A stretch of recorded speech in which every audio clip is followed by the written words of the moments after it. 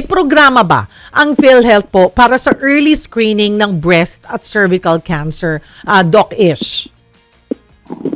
Well, Cheryl, now as we pivot our priorities towards the primary care, meron talaga tayong programa pagdating sa cancer screening, no?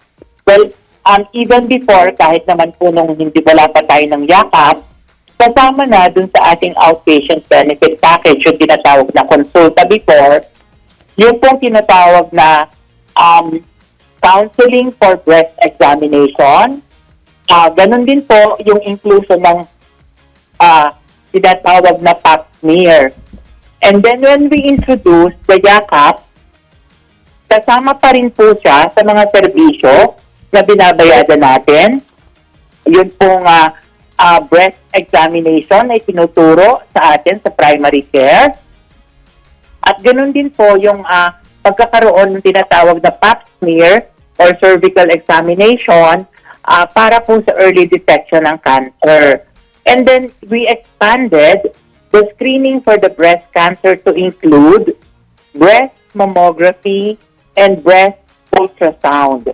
So kasama na po siya ngayon sa libreng serbisyo na makukuha under our yakap program.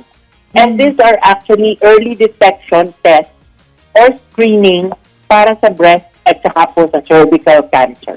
Okay. Ulitin ko lamang po, Doc Ish. Unahin muna natin yung early screening para sa cervical cancer. So, pasok na po dyan ang pap smear. Yes. Opo. Okay. And, tama po ba? Ultrasound? Vaginal ultrasound? Transvaginal ultrasound? Sa ngayon po, ang meron tayong ultrasound is for the breast cancer, which is the breast ultrasound. Ayun. Okay. Pagdating po sa, ayan mga kapatid, sakop na po yan, yung pap smear, libre na po yan, para nga early screening po yan ng cervical cancer, pero para naman sa breast cancer ay kasama na ang mammography at breast ultrasound. Yes. Opo, tama po kayo. Mm-hmm. At yan po ay parehong libreng ibinibigay under the yakap program. Yakap program po ito. Alright. Doc, yung isa sa mga para din maagapan po ang cervical cancer ay yung tinatawag na HPV vaccine for cervical cancer. Yes. Hindi po ba? Pasok ba yun, Opo. Doc?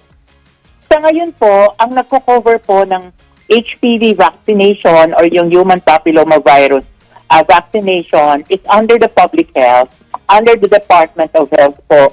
Sila po ngayon na libreng nagbibigay ng tinatawag na HPV vaccination. Mm-hmm. So, paano po yun? Baka lang po, matulungan na rin natin since sa pag-usapan na natin. Do you have any idea? Do you have any details, Doc Ish, kung paano ito binibigay ng DOH sa pamamagitan ba to ng mga health center sa iba't ibang LGUs? Ganun po ba yon? Yes po. Yes po. Ngayon po ibinibigay sa mga health centers, sa mga local governments natin. Or kung minsan po, ang DOH ay nagpapatawag, meron po sila halimbawang caravan para po specific sa pagtuturok ng human papilloma virus. And again, yan po ay libre ding ibinibigay ng Department of Health. Okay.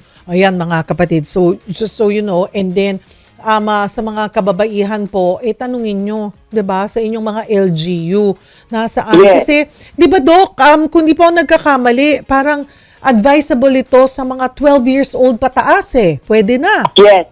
Opo, yes. Tama po kayo dyan. Again, aside from the early detection is of course early prevention also, which is being done by the vaccination. Ayan. HPV vaccination, kung kayo po ay may mga anak na babae, 12 years old pataas, pwede na po sila. Tanungin nyo po sa LGU dahil pinoprovide po pala yan ng DOH mula sa DOH na libreng HPV vaccine.